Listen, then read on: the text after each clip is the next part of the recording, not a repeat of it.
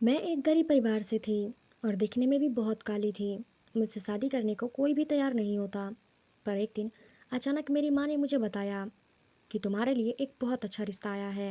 अपने रिश्ते की बात सुनकर मैं बहुत खुश हो गई, क्योंकि पहली बार कोई मुझसे शादी करने को तैयार हुआ था। पर उन लोगों की एक शर्त थी। वो लोग जल्द से जल्द शादी करना चाहते थे। मुझे इस बात से कोई भी एतराज़ नहीं था, इसलिए मैं भी बेझिझक शादी करने को तैयार हो गई। शादी की पहली रात जब मैंने गौर से अपने पति को देखा तो मैं बहुत खुश हुई, क्योंकि मेरा पति बहुत खूबसूरत था।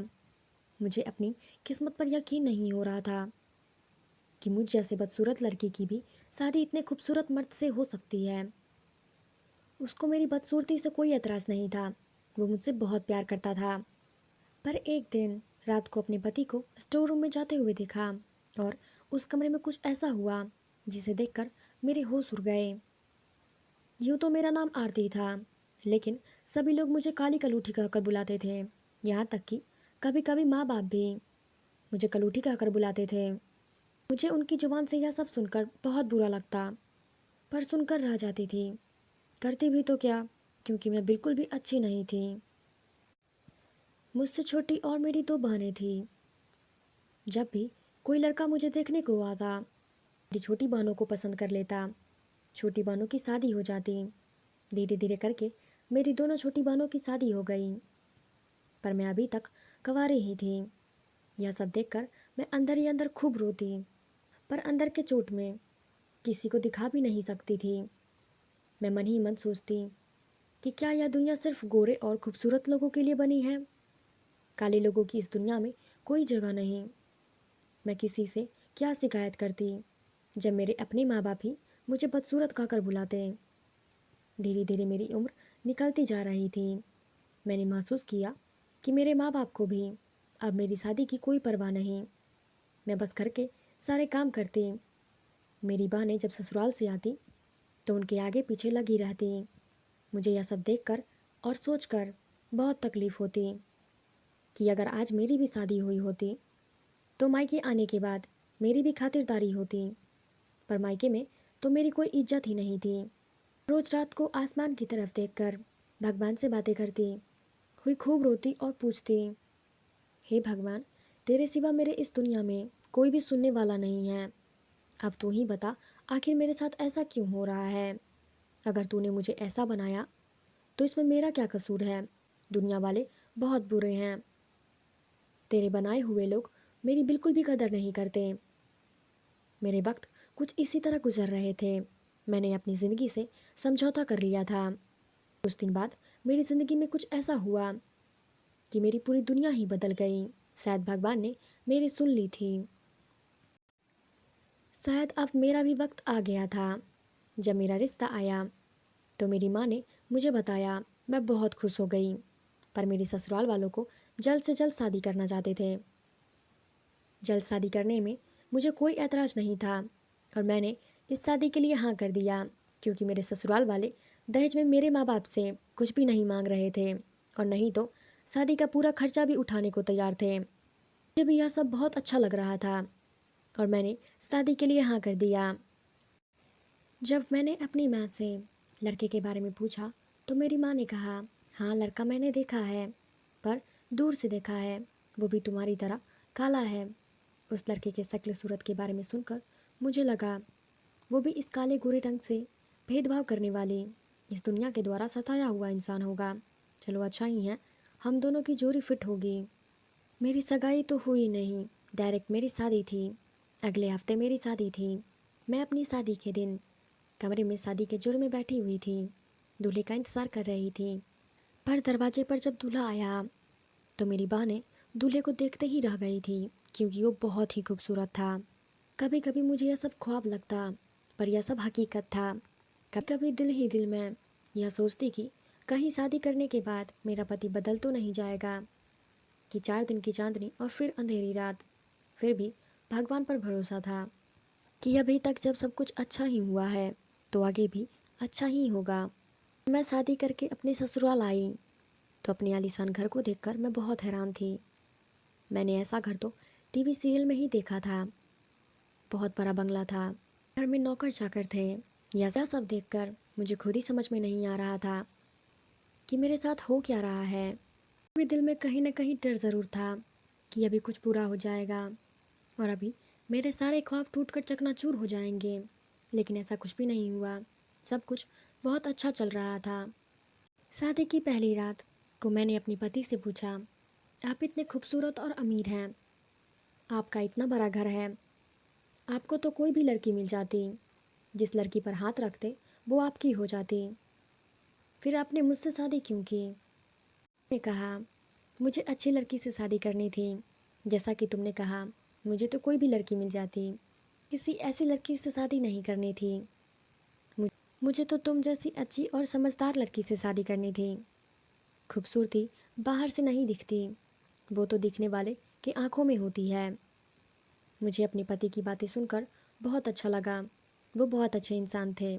लेकिन कुछ दिन बाद मुझे इस घर में कुछ अजीब सा होता हुआ दिखाई दिया।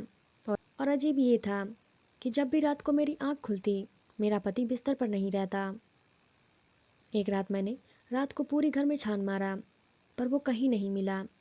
और सुबह जब मेरी आंख खुली तो मेरे साथ बेड पर ही लेटा हुआ था। यह सब देखकर मैंने उनसे पूछा, आप रात को अचानक कहाँ चले जाते हैं और कब वापस आते हैं? उसने कहा, पर मैं तो कहीं गया ही नहीं था, मैं तो रात भर तुम्हारे साथ ही था। उसने सरेआम मुझसे झूठ बोला। यह सब सुनकर मैं बहुत हैरान थी कि आखिर इस झूठ की वजह क्या है। फिर मैंने कहा, मैं रात को उठी थी तो, पर आप कमरे में नहीं थे। उसने कहा, हाँ, मैं पानी पीने गया था। उसे क्या पता था, मैंने पूरा घर छान मारा था। उसके इस बात पर मैंने सोचा, जाने दो, शायद कोई काम होगा। बताना नहीं चाहते हैं तो फिर मैं दोबारा इस बात का जिक्र क्यों करूं? पर यह सिलसिला रोज का हो गया था। मेरा पति रात को कमरे से गायब हो जाता और सुबह सुबह वापस आ जाता। सारी रात पता नहीं कहाँ पर था। पूछने पर झूठ बोलता। मेरा मन ठीक नहीं था, इसलिए मैं मायके चली गई और माँ को ये सारी बातें बताई। माँ ने मुझे डांटते हुए कहा, क्यों पागल बन रही हो?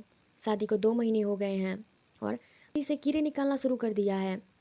इतना अच्छा पति मिला है और तुम इस तरह बातें कर रही हो। मेरी माँ ने कहा, इतना बड़ा घर है, घर में नौकर चाकर हैं और इतना अच्छा पति है और तुमसे प्यार भी तो करता है। तुम्हारा तुम्हारा पति अगर बहुत बड़ी गलती भी कर दे तब भी तुम्हें उस पर ध्यान नहीं देना चाहिए। अपनी बहनों को देखो, तुम्हारी तुलना में उनकी शादी बहुत करीब घर में हुई है, फिर भी गुजारा कर रही हैं। तुम भी इन छोटी छोटी बातों पर ध्यान देना छोड़ दो। माँ की बातें सुनकर मैं हैरान थी, क्योंकि मैंने अपने पति से शादी आलीशान घर और नौकर चाकर के लिए नहीं की थी। मेरे साथ तो कुछ और ही गलत हो रहा था। मुझे बहुत बुरा लग रहा था कि माँ को भी बताने से कोई फ़ायदा नहीं। इसलिए मैंने सोचा मुझे ही कुछ करना होगा। मायके में ही थी कि तभी मेरा सर चकराया और मैं बेहोश हो गई। डॉक्टर के पास लेकर गई। डॉक्टर मेरी जान पहचान की थी, बल्कि यूँ समझो कि वो मेरी दोस्त थी। वहाँ जाने के बाद पता चला कि मैं माँ बनने वाली हूँ। तुरंत फ़ोन उठाकर मेरे पति को यह खुशखबरी देने वाली थी, पर मैंने उन्हें मना कर दिया। मैंने कहा, माँ, यह खुशखबरी मैं अपने मुंह से सुनाऊंगी तो उन्हें अच्छा लगेगा। माँ ने कहा, हाँ ना, बात तुमने सही सोचा। अगले दिन मैं मायके से अपने पति के घर आई, पर मैंने अपनी प्रेगनेंसी की खबर अपने पति को नहीं बताई। मैंने सोचा मैं पहले उस राज का पता लगाऊंगी, तब यह खुशखबरी सुनाऊंगी। रात का वक्त था। मेरे पति बिस्तर से उठे और दबे पांव स्टोर रूम की तरफ जाने लगे। उन्हें लगा कि मैं सोई हुई हूँ, पर मैं बिल्कुल भी सोई नहीं थी। उन्हें कि अगले ही पल मैं भी दबे पांव उनके पीछे चली गई। जब वो स्टोर रूम के अंदर पहुंच गए तो मैं कोने में खड़ी हो गई और देखने लगी कि यह क्या होने वाला है। पर जब मैंने वहाँ का नज़ारा देखा तो मेरी आंखें खुली की खुली रह गईं। मैं एकदम से हैरान थी, क्योंकि वहाँ तो एक बहुत खूबसूरत औरत थी।